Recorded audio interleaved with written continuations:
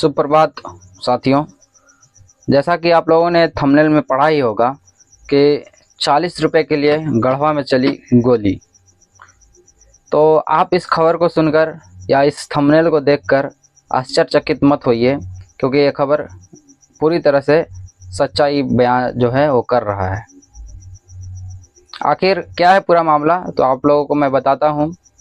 आदाब, जय भीम, जोहार। मैं हूँ एमडी हसनैन नवाज और आप देख रहे हैं दहेज टॉप 2.0।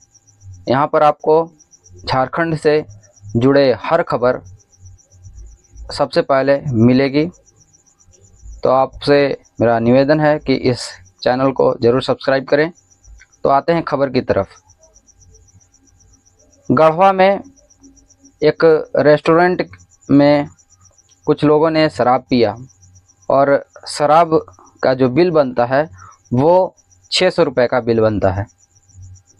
लेकिन उन लोगों के द्वारा, जिन्होंने शराब पिया था, उन लोगों के द्वारा 560 रुपये ही दिया जा रहा था, जिस पर रेस्टोरेंट मालिक ने 600 रुपये का मांग किया और कहा कि पूरे पैसे आप दीजिए, 40 रुपये जो कम दे रहे हैं उसे कम ना देकर पूरे पैसे आप दीजिए। इसी बात को लेकर दोनों में बहस छिड़ी और ये छोटी सी मामूली सी लड़ाई जो है वो बड़ा रूप ले लिया और उन लोगों के द्वारा गोली चला दिया गया।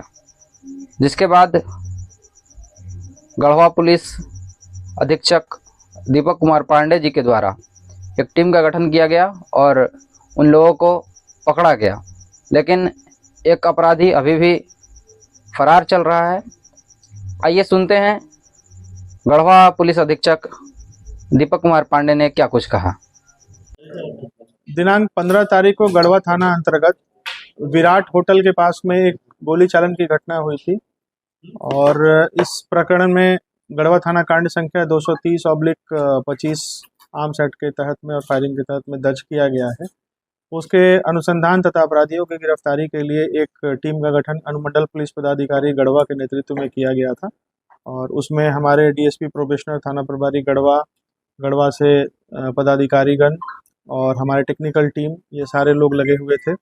और इसी क्रम में कल सबसे पहले एक अपराधकर्मी जो मुख्य उसमें फायरिंग करने वाला था, छोटू तिवारी, उसकी गिरफ्तारी हुई है और उसकी गिरफ्तारी के बाद 3 अन्य लोगों की गिरफ्तारी हुई। इस पूरे घटनाक्रम में कुल 5 लोग शामिल थे, जिसमें 4 लोगों को पकड़ा जा चुका है और एक दीपक तिवारी जो कि हूर का रहने वाला है, वो अभी फरार है। उसकी भी गिरफ्तारी हम लोग जल्द से जल्द कर लेंगे। और इसमें जो मुख्य मामला था कि क्यों गोली चली है, वो शराब के पैसे को लेकर के था। इन लोगों ने 600 रुपया का शराब खरीदा था और उसमें 560 रुपया जो शराब का एक्चुअल मूल्य था उसको ये लोग पे किए थे। 40 रुपया के चलते ही विवाद हुआ और विवाद होने के बाद उसमें फायरिंग की घटना हुई।